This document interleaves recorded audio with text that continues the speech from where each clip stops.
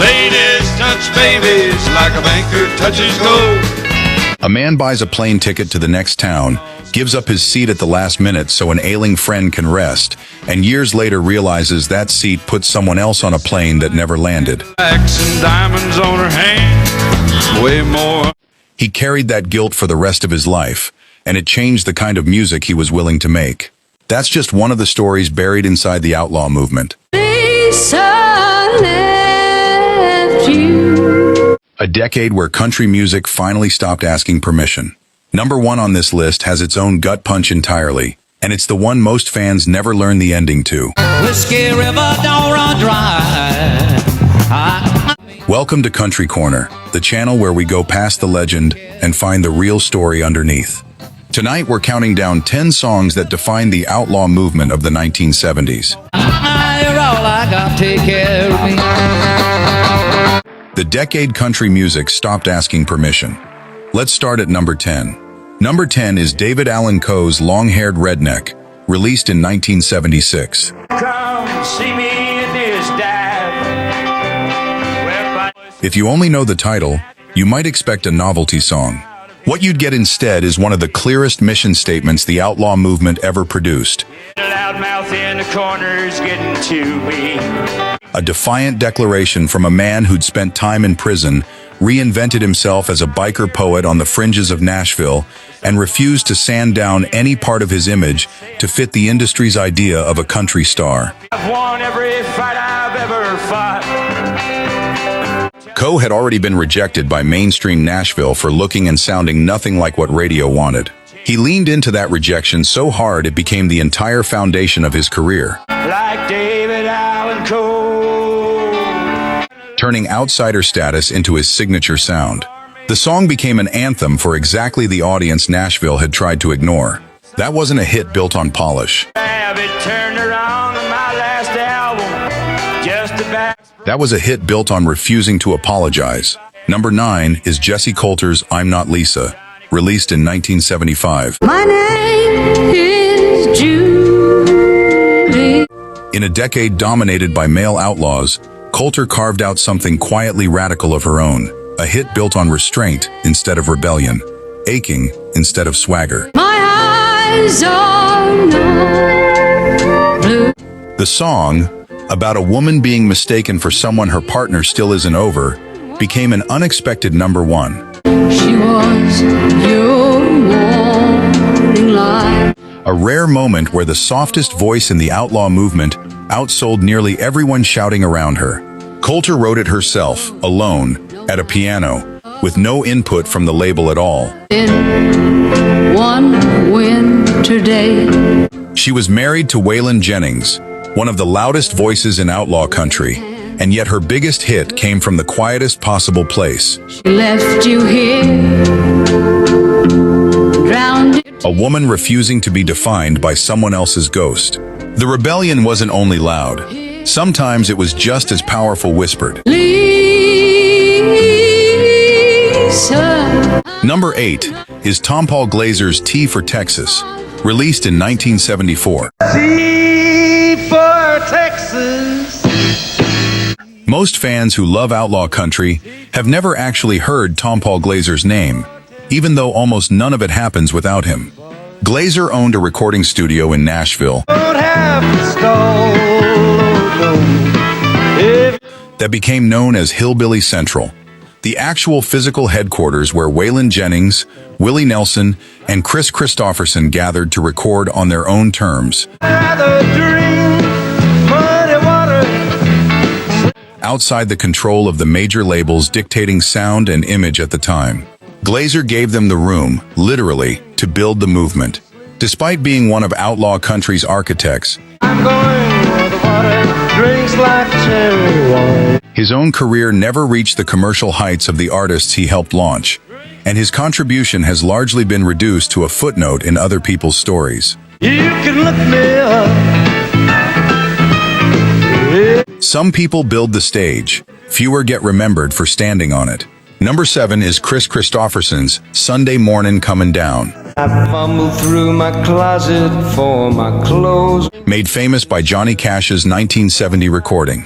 Before Kristofferson was a star, he was a Rhodes Scholar and a former Army helicopter pilot I'd smoke my brain the night before on sick. who'd walked away from a promising military career to pursue songwriting, working as a janitor at a Nashville recording studio just to be near the industry he wanted into. Then I crossed the empty street and caught the Sunday smile. According to accounts from the era, he became so desperate to get Johnny Cash to hear his songs that he reportedly landed a helicopter on Cash's lawn The Sunday morning sidewalk. just to hand him a tape in person. Cash recorded the song soon after, and it became one of the most raw, unglamorous depictions of loneliness and hangover regret. And there's nothing short of dying. Country radio had ever embraced. It wasn't just a song about a rough morning. It was the outlaw movement's entire ethos, played out in 3 minutes flat. Park, I saw a daddy with a laughing lip. Honesty over polish, no matter how uncomfortable the honesty got. Number 6 is Bobby Bare's Detroit City, released in 1963. Later reclaimed as a foundational influence on the outlaw sound of the 1970s.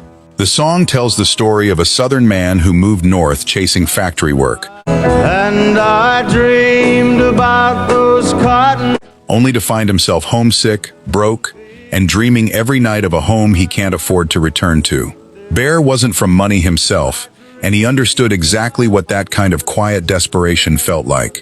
I wanna go home. But here's what most people don't know. Bare recorded the song almost by accident.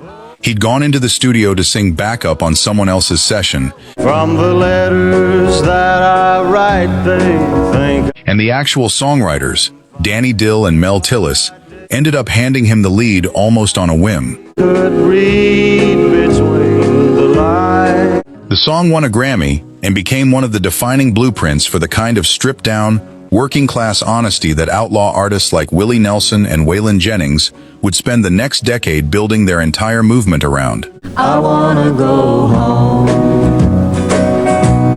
Bare rarely gets mentioned in the same breath as the outlaws who came after him. But without Detroit City proving that raw, unglamorous storytelling could actually top the charts. I wanna go home. The movement itself might have taken a lot longer to find its voice. If you're still here, you already know this channel isn't interested in the sanitized version of country music history. I dreamed about my mother. The version where every legend arrived polished and ready-made. We dig for what's underneath the myth, because that's where outlaw country actually lives. I wanna go home. If you want more of these stories, hit that like button and subscribe. It's free, it helps the channel keep digging, and it tells us you want more of the real history brought back to life.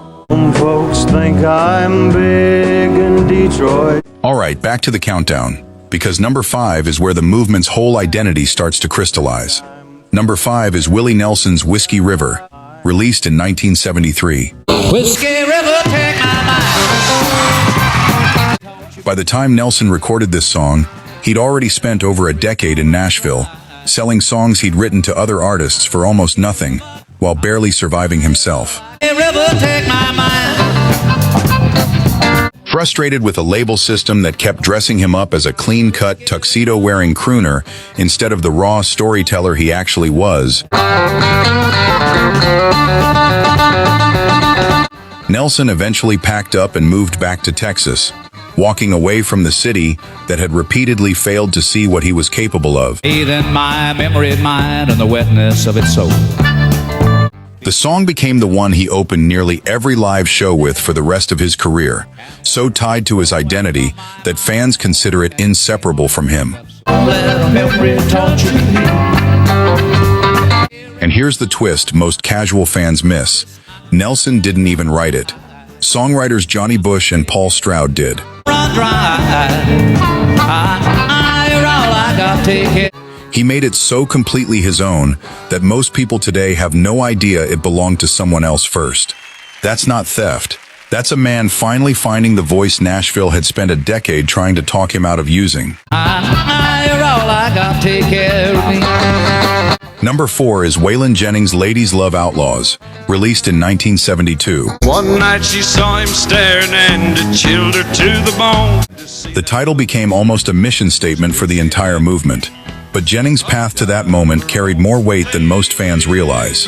Ladies touch babies like a banker touches gold. Years earlier, playing bass in Buddy Holly's touring band, a young Jennings gave up his seat on a chartered plane so a bandmate battling the flu could rest. Jessi parked her Cadillac and got herself in line. Holly jokingly told him he hoped his tour bus froze on the long drive ahead. Jennings shot back that he hoped Holly's plane crashed. Hours later, it did, Ladies love outlaw. killing Holly and 2 others. He carried that exchange for the rest of his life. By the time Ladies Love Outlaws came out over a decade later, he'd built an entire persona around defiance and control, Ladies love outlaws. refusing to let any label or system dictate his life again. That wasn't just an image.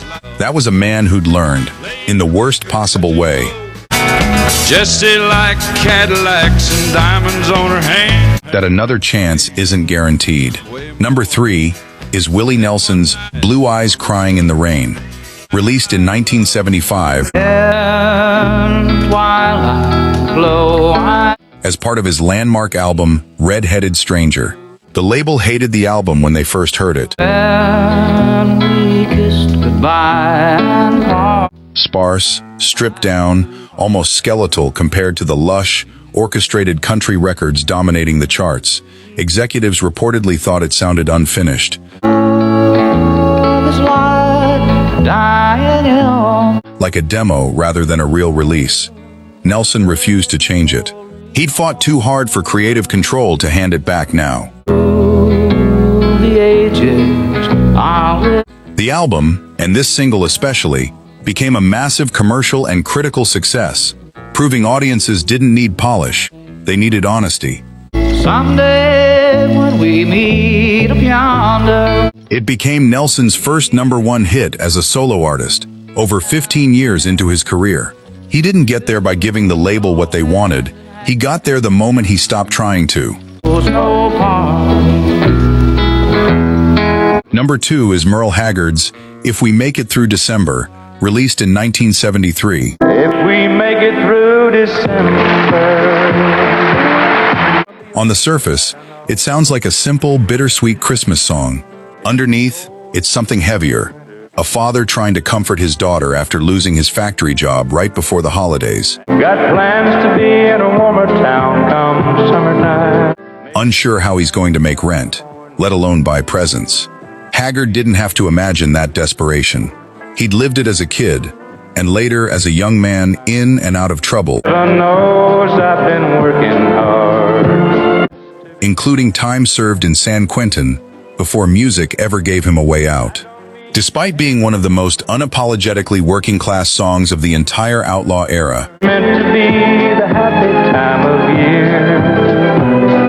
it crossed over in a way nobody at the label expected, becoming Haggard's biggest pop hit and even cracking the Billboard Hot 100 during Christmas week. But if we make it through December. An almost unheard of feat for a country song about unemployment rather than sleigh bells. It wasn't a holiday song.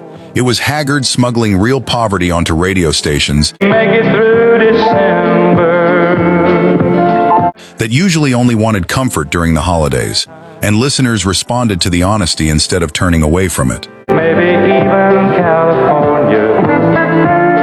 And number 1 is Johnny Paycheck's Take This Job and Shove It, released in 1977. You can take this job and shove it. And what happened to Paycheck afterward is a story most fans never learn the ending to. The song became an instant, massive anthem, giving voice to exhausted, underpaid workers across the country in a way few country songs ever had, and it shot straight to number 1. Paycheck became, almost overnight, the voice of everyone who'd ever wanted to walk out of a job and never look back. Take this job and shove it. I ain't working here.